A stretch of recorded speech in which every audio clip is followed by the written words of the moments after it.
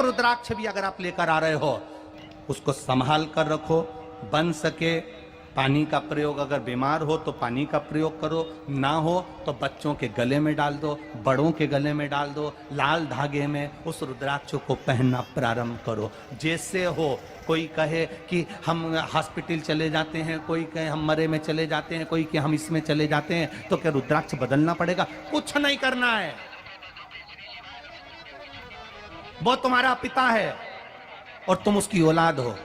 छोटा सा बच्चा गोदी में गंदगी कर देता है तो क्या माँ 25 बार नहाती है?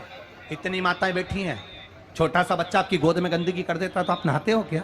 25 बार नहाते हो क्या? बच्चे की गंदगी साफ करते हो तो 25 बार नहाते हो क्या? नहीं।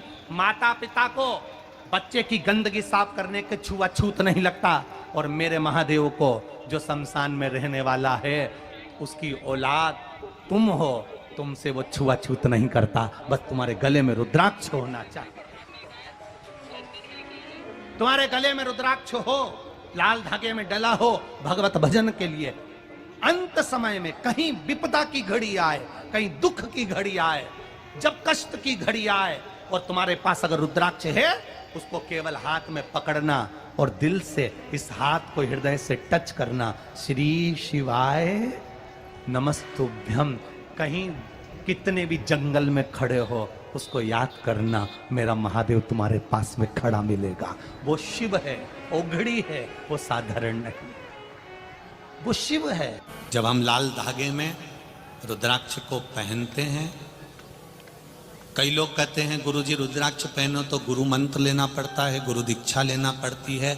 हम कहते हैं तुम्हें रुद्राक्ष मिल जाए और तुमने गले में पहन लिया तो श्री शिवाय नमस्तुभ्यम बोल के भी पहन लिया तो समझ लेना शंकर जी ने गुरु मंत्र दे दिया और शिव ने स्वीकार कर लिया। जाओ गुरु की शरणागति में, मना नहीं है। गुरु के पास जाओ, उसके पास बैठो, नमन करो, उनसे गुरु दीक्षा का भाव लीजिए, अपना सामर्थ्यता के अनुसार गुरु को कुछ दीजिए। जीवन शरीर दिया है, जब तक बन सके तब तक गुरु। रुद्राक्ष 3 चीजें प्रदान कर रहा है। एक, उत्तम स्वास्थ्य। गले में रुद्राक्ष पड़ा हुआ है, हार्ट कभी कमजोर नहीं होगा, हार्ट चलता रहेगा। एक प्रयास करना। एक बेलपत्री शिव पर चढ़ी हुई और उसका फल कितना होता है, उसका बल, उसकी भक्ति, उसका विश्वास। ब्रह्मा विष्णु महेश 64 योगनियां 33 कोटि देवी देवता एक बेलपत्री में होते हैं। और वो बेलपत्री हम हमारे साथ में क्यों रखते हैं? उत्तम फल के लिए, उत्तम सुख के लिए। कपड़े सिलने वाला दर्जी कोई बैठा हो तो उससे पूछना कि वो शर्ट में जेब हमेशा उल्टी साइड क्यों लगाता? बाईं ओर, लेफ्ट में। शर्ट में जेब उल्टी साइड क्यों लगाता है? वो इस साइड जेब क्यों नहीं लगाता?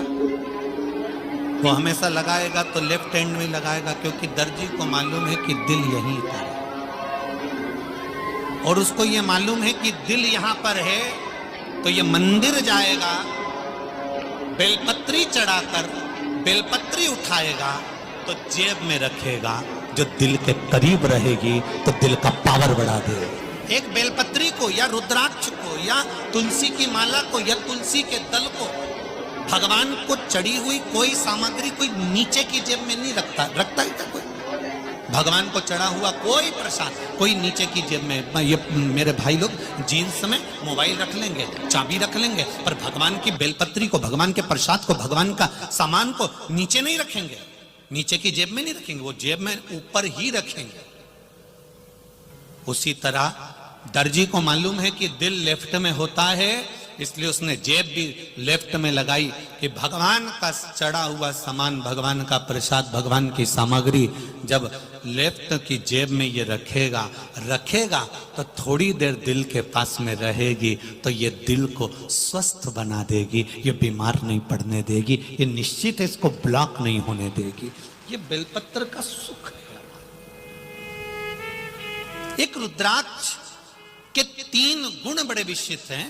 पहला, आरोग्यता देता है, दूसरा हमारा विल पावर मजबूत कर देता है। हम जब भटकते हैं तो हमारे बल को एक जैसा कर देता है, एक जगह स्थिर कर देता है। जब आप कोई निर्णय नहीं ले पा रहे हो, 4-5 निर्णय में से एक निर्णय लेना है, तो रुद्राक्ष का जल शिव जी को चढ़ाकर थोड़ी देर पीकर श्री शिवाय नमस्तुभ्यम का जाप करना प्रारंभ करो। पंचाक्षर मंत्र नमः शिवाय बोलो, षडाक्षर मंत्र ओम नमः शिवाय बोलो, या जो मंत्र आप जपते हो, रामकृष्ण जो जपते हो उसका स्मरण करो। थोड़ी देर में आपका मन स्थिर हो जाएगा और एक जगह का निर्णय पूरा करा देगा। रुद्राक्ष हमें स्थिरता प्रदान करता है, आरोग्य दे रहा है, स्थिरता दे रहा है, और रुद्राक्ष हमको विल पावर दे रहा है, बल दे रहा है, सुख दे रहा है। वो भटकने नहीं देगा आपको, सुख की ओर लेकर जाएगा। बस रुद्राक्ष की कोई कीमत नहीं होती।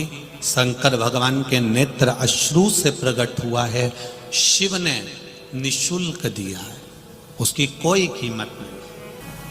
शंकर भगवान पे चढ़ी हुई बेलपत्र की कोई कीमत नहीं लेता, फ्री उठाओ ले जाओ।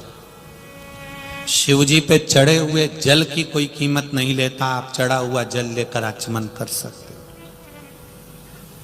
बाकी के देवी देवताओं पर जो भी चढ़ता है वो कीमत वाला होता है। पीताम्बर चढ़ा 5-1 हजार का जाएगा, 500 का जाएगा, 2000 का जाएगा। 56 भोग लगाए वो भी पैसे किया जाएंगे, सामग्री लाए वो भी पैसे किया जाएगी। पर शिव महापुराण की कथा कहती है शंकर पर चढ़ने वाली वस्तु शंकर भगवान ने पहले ही पृथ्वी को दे दी थी, प्रकृति को दे दी थी फ्री। जल फ्री में मेरे भगवान ने दिया, बेलपत्री का पेड़ मेरे भगवान ने फ्री दिया, भगवान को दुर्वा चढ़ाते हो वो भी भगवान ने फ्री दी, पुष्प चढ़ाते हो वो भी भगवान ने फ्री दिया। भगवान के पास में कीमतवान कोई चीज नहीं है। शंकर जी कहते हैं तुम मुझे करोड़ों से तोलोगे तो भी मैं प्रसन्न नहीं होऊंगा, तुम केवल एक बेलपत्री से मुझे तोल देना, मैं प्रसन्न हो।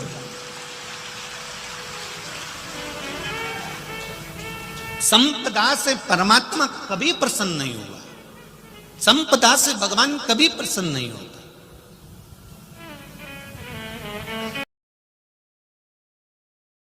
शिवाय नमस्तुभ्याम।